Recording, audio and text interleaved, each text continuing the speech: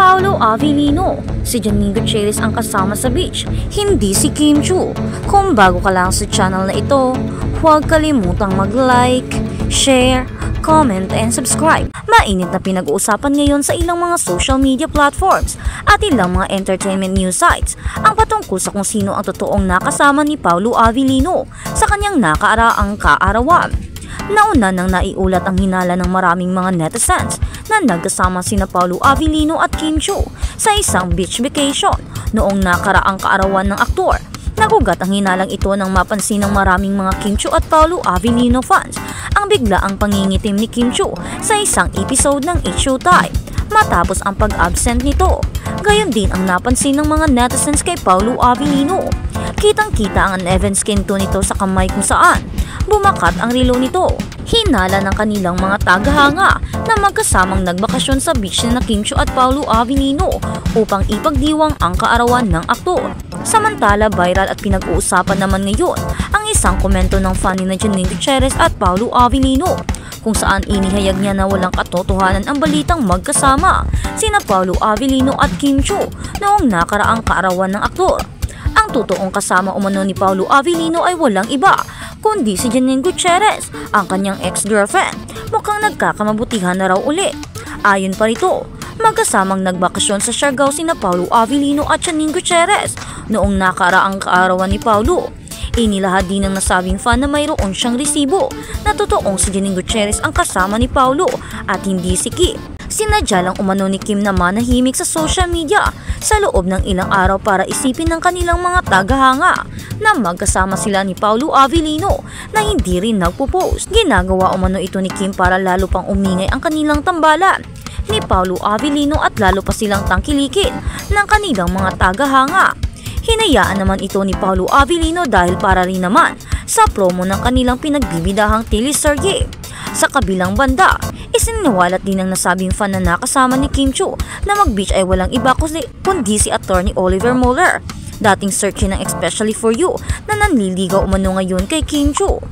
Samantala nanatili namang tikom ang bibig ni na Paolo Avellino, Janine Gutierrez at Kim Chiu hinggil sa kumakalat na issue ito sa social media.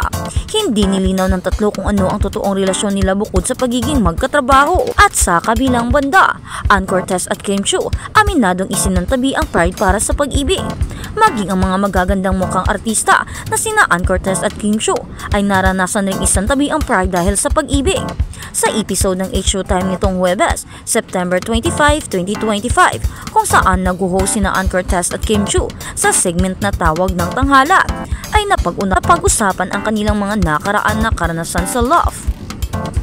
Ang pinag-ugatan ng kanilang pag-aalala sa nakaraan ay ang mga kanta ng contestant na Begin, particularly na ang lyrics na I'm Begging You, na itanong ni Vice Ganda kay Ann Cortez kung naranasan na ba niyang magmakaawa sa ngalan ng pag-ibig. Sa kabila ng pagiging tanyag na artista, totoo naman yes, nangyayari talaga iyon, oo, nangyari naman siya sa akin, but I think yun lang din yung maganda because I think that was makes you realize na saturation point na siguro iyon na makahanap ka na hindi ka naaabot sa ganoong klaseng pwesto na you are begging, sagot ng aktres. Ayon pa kay Ann, na dumating rin ang time na hindi na niya inaalala ang pride. Wala, hindi mo na iniisip yon, idurog yung pride. Hindi mo na iniisip kasi mahal mo yung tao. Dagdag pa ni Ann Cortez, maging si Kim Chiu ay naitanong din ni Vice na agad din namang sinagot ng aktres. Opo, siguro lahat tayo pagdadaanan iyon kasi hindi tayo mabubuo. Totoo lahat, pagdadaanan mo talaga ang iba't ibang klase ng love. At the end of the day, marirealize mo ay buti na lang tapos na. Ay buti na lang na kiniti na ako ngayon ganon. Kailangan mo siyang daanan, di mo siya dapat lampasan.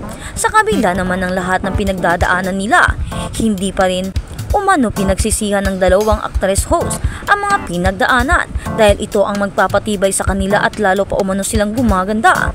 Matatanda ang naging controversial ang pinagdadaan ng reaksyon ni Ann Cortez at Kim Chiu sa kanilang ex-boyfriend. At ngayon nga noon, grabe daw yung begging na pinapakita nila sa mga lalaking minamahal nila. Pero ngayon daw na-realize nila, why do big? Pero namang may dumating na mas maganda, may mas dadating pang mas mabuti at mas bitter kaysa sa nakaraan, diba? Sabi pa nga ni Kim Chiu, the more the better. At sa kabilang balita, Linlang sa mga nangungunang palabas sa Netflix PH. Ang malawak na sikat na 2023 infidelity drama ng ABS-CBN Lindang na pinagbibidahan ni Paolo Avellino, JM De Guzman at Kim Chiu ay patuloy na patok sa mga manonood dahil nakuha nito ang top 3 spot na pinakapanood ng palabas sa Netflix Philippines kahit na lumipas na ang 2 taon. Ang Linlang na may pinag-international na pangalan na Deceit ay premiered sa streaming platform noong July 4 na may bagong na-edit na version noong 20 episode.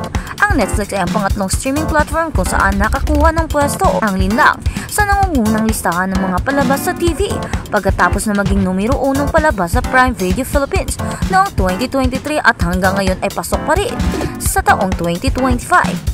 Ang mga manonood sa buong mundo ay patuloy na nagbubunyi tungkol sa mga mainit na eksena ng pagharap at baluktot na takbo ng kwento ng serye na kinakasangkutan ng paghiganti at pagtataksil kung saan nagbunga ito ng maraming viral posts sa social media.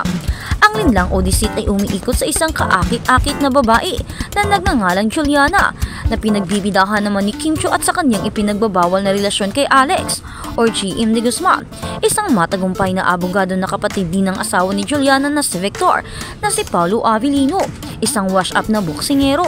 Ang serye ay ipinalabas din sa primetime na telebisyon at ang palabas ng mga miyembro ng cast nito ay umakot ng maraming parangal mula sa iba't ibang award-winning bodies para sa kanilang mga natatanging pagganap at hanggang ngayon nga 2025. Lumipas man ang 2 taon ay naging sikat pa rin at patok sa teleserye ang pinagbibidahan nilang Linlang at mas lalo pang sumikat sina Paolo Avellino at gayon din si JM De Guzman.